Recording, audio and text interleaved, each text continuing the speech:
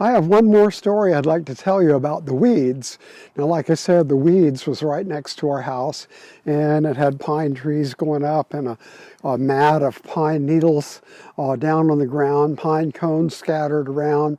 And we called it the weeds because seasonally tall grass would grow out there on stems, and they were weeds.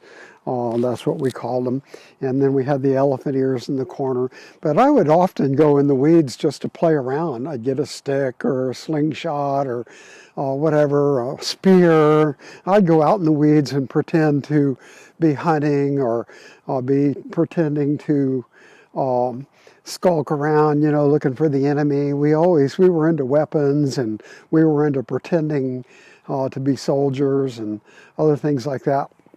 Well, one day I was by myself, and I decided to go out in the weeds and explore around, maybe catch snakes. I like to catch snakes.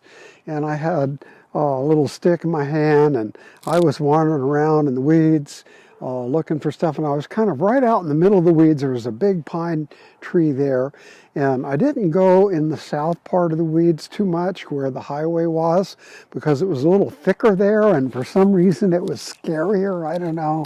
I usually stayed to the north end of the weeds, but this time I ventured to the south a little more, and I was beating around the bush, and all of a sudden I hear this noise.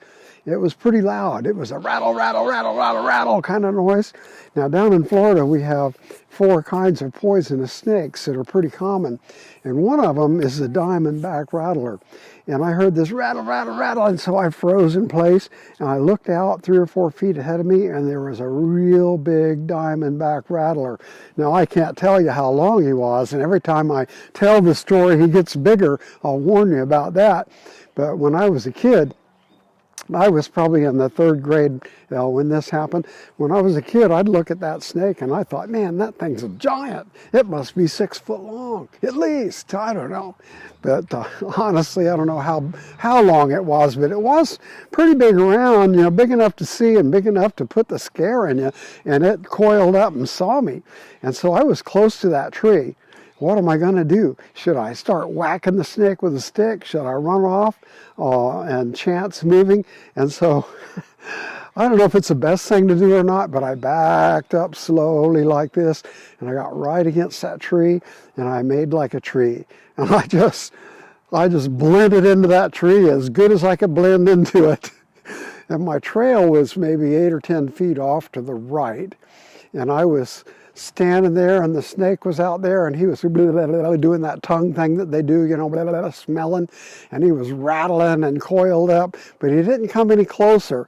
He was staying back away from me. After I backed away from him, I was about 6 feet away from him now. Within striking distance still, but I was not going to move, not me, boy. I stood as still as I could possibly stand, and we just sort of stood there and looked at each other for quite a while. I can't remember exactly how long. It seemed like an eternity to me at the time, but it probably wasn't any more than 2 or 3 minutes that I just stood absolutely still, and that snake sat over there, and he rattled, and he looked real threatening and vicious, and then finally he put his head down, stopped rattling, and he crawled on off to the south, and I took off running to the right. I hit my trail and pow, right into the house, and I told my mom about it.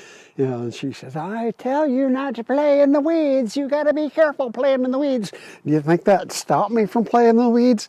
No, not on your life. The weeds was one of my favorite playgrounds.